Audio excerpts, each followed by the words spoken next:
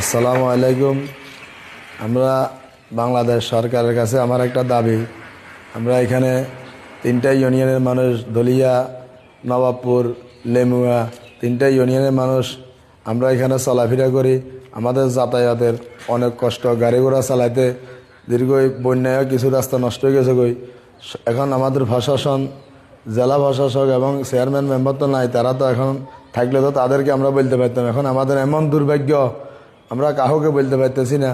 জেলা প্রশাসকের কাছে আমার অনুরোধ, এই রাস্তাটার জন্য আমাদের বাংলাদেশ সরকারের কাছে আমাদের আগুল আবেদন, যেমন আমাদের রাস্তাটা হয়ে যায়।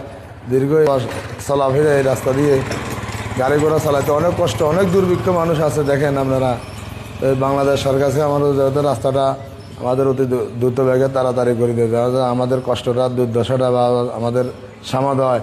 এই জন্য আমি এখানে আমার বক্তব্য শেষ করলাম। ধন্যবাদ সবাই।